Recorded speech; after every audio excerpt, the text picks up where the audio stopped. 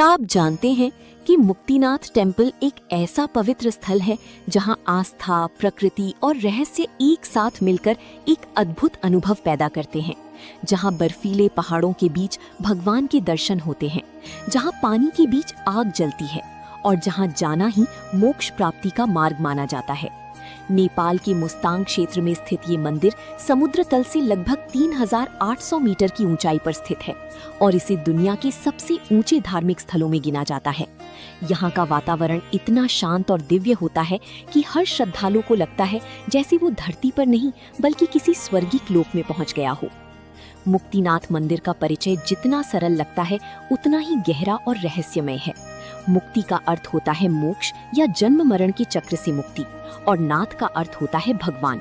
इसलिए इस स्थान को ऐसा माना जाता है जहां आने से व्यक्ति को मोक्ष की प्राप्ति होती है। ये मंदिर भगवान विष्णु को समर्पित है और यहाँ उनकी मूर्ति मुक्ति नारायण के रूप में स्थापित है। मंदिर के आसपास का दृश्य अत्यंत मनमोहक है, जहां दूर दूर तक बर्फ से ढकी पहाड़, ठंडी हवाएं और शांत वातावरण मन को एक अलग ही शांति प्रदान करते हैं। अगर हम इसकी पौराणिक कथा की बात करें तो कहा जाता है कि एक समय भगवान विष्णु ने यहाँ तपस्या की थी और इसी कारण ये स्थान अत्यंत पवित्र माना जाता है।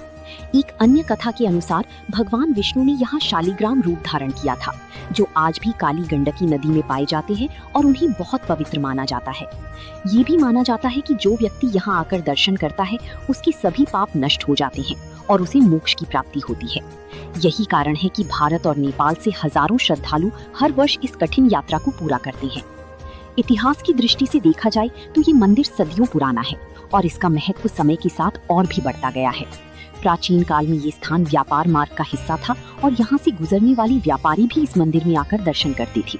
धीरे धीरे ये स्थान धार्मिक आस्था का केंद्र बन गया और आज ये दुनिया भर के श्रद्धालुओं के लिए एक प्रमुख तीर्थ स्थल बन चुका है। मुक्तिनाथ मंदिर का महत्व केवल धार्मिक दृष्टि से ही नहीं बल्कि आध्यात्मिक दृष्टि से भी बहुत बड़ा है।